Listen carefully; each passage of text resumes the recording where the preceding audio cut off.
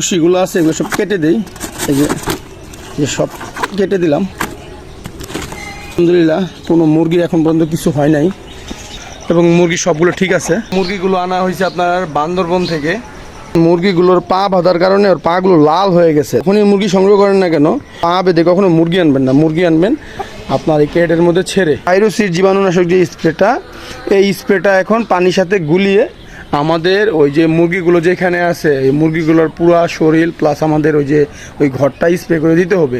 আসসালামু আলাইকুম, Zahid agro BD YouTube চ্যানেলের পক্ষ থেকে আপনাদের স্বাগতম। এই জাহিদুল ইসলাম। আপনারা সবাই কেমন আছেন? আশা করি আপনারা সবাই ভালো আছেন। এখন বাজে সকাল 7:21। তো এইমাত্র এই কার্টুনটা রিসিভ করলাম। এটার মধ্যে মুরগি আছে। এই মুরগিগুলো আনা হয়েছে আপনার বান্দরবন থেকে। তো আমার এক বড় ভাই আছে হাসান ভাই, উনি দীর্ঘদিন যাবৎ আমাকে বলতেছিল যে ওনাকে সাদা পাহাড়ি বড় জাতের মুরগি এনে দেওয়ার জন্য। তো ফাইনালি হাসান ভাইয়ের সেই সাদা বড় জাতের মুরগিগুলো আমরা রিসিভ করেছি। তো এখন আমরা আনবক্সিং করি, দেখি কী অবস্থা মুরগিগুলোর। এটার মধ্যে মুরগিগুলো তো আমি ক্যারেটের যেই রশিগুলো আছে এগুলো সব কেটে দিই। এই যে সব কেটে দিলাম। তো এই যে মুরগিগুলোকে পা বেঁধে দিছে।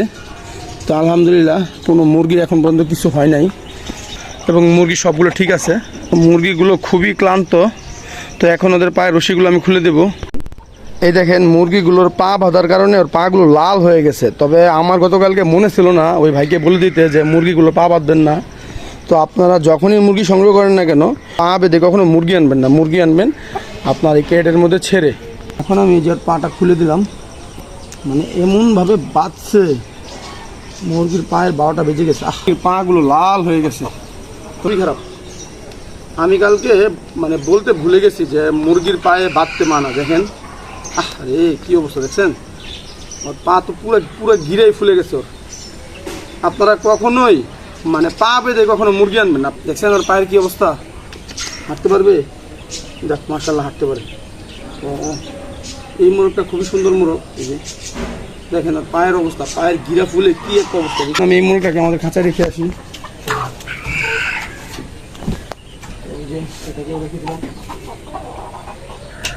এইখানে যে ড্রপিং করছে, তো ড্রপিং এর কারণে মুরগিগুলো নোংরা হয়ে গেছে। এমনিতে মুরগিগুলো একবার ধবধবে সাদা ছিল। মুরগিগুলো গায়ে যে ড্রপিং লেগে রয়েছে, ড্রপিংগুলো কিন্তু খুব একটা ভালো না। তার কারণ হচ্ছে মুরগিগুলো আজকে 2 দিন জার্নি করছে, তারপর কালেক্ট করছে। তো এখন মুরগিগুলোর মধ্যে একটা ধকল গেছে মুরগিগুলোর মধ্যে। তো আমি যেটা করব এখন, প্রথমে আগে মুরগিগুলোকে লাইসোবিটের পানি দেবো। তারপর যেটা করব, আমার কাছে মনে হচ্ছে যে মুরগির ভিতরে টুকি আর কি হালকা একটু প্রবলেম আছে। তো মুরগিগুলোকে আমরা সিপ্রোসিন একটা মেডিসিন আছে আপনার অ্যান্টিবায়োটিক, ওই অ্যান্টিবায়োটিকটা দিয়ে কোর্স করে দেবো মুরগিগুলোকে আমরা। তো যে মুরগিগুলোকে এখন আমরা যে আমাদের এই ঘরের মধ্যে রেখে দিছি। তো মুরগিগুলো অনেক ক্লান্ত, হাঁপাচ্ছে। মুরগিগুলোকে এখন আমরা খাবার জন্য পানি দেব। তো পানির সাথে যেটা দেবো সেটা হচ্ছে আপনার লাইসোবিটের পানি দিব আপাতত। তো পানিটা খাওয়ার পরই আমরা ওদের খাবার দেব।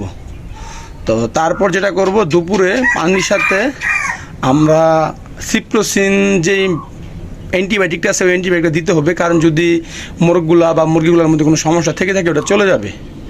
তো আপাতত খুব সুন্দরভাবে রিসিভ করছি, দেখে তো মনে হচ্ছে যে ভালোই। আমার হাতে এখন একটা আপনারা মেডিসিন দেখতে পাচ্ছেন, এটার নাম হচ্ছে ভাইরোসিড। এটার কাজ হচ্ছে জীবাণু ধ্বংস করা। তো এই যে আমি মুরগিগুলো বাইরে থেকে আনলাম, যদিও আমাদের মুরগির সাথে আমি রাখি নাই, যদিও মুরগি রাখা এখন জায়গা নাই।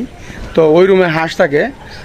আমি মনে করি যে ওই রুমে রাখাটাও নিরাপদ না। মুরগিগুলো রাখার দরকার ছিল আমাদের বাসায়। আমি কিন্তু রাখছি ওই যে দেখেন ওই রুমের মধ্যে। এই যে ভাইরোসিড জীবাণুনাশক যে স্প্রেটা, এই স্প্রেটা এখন পানির সাথে গুলিয়ে আমাদের ওই যে মুরগিগুলো যেখানে আছে এই মুরগিগুলোর পুরা শরীর প্লাস আমাদের ওই ঘরটাই স্প্রে করে দিতে হবে।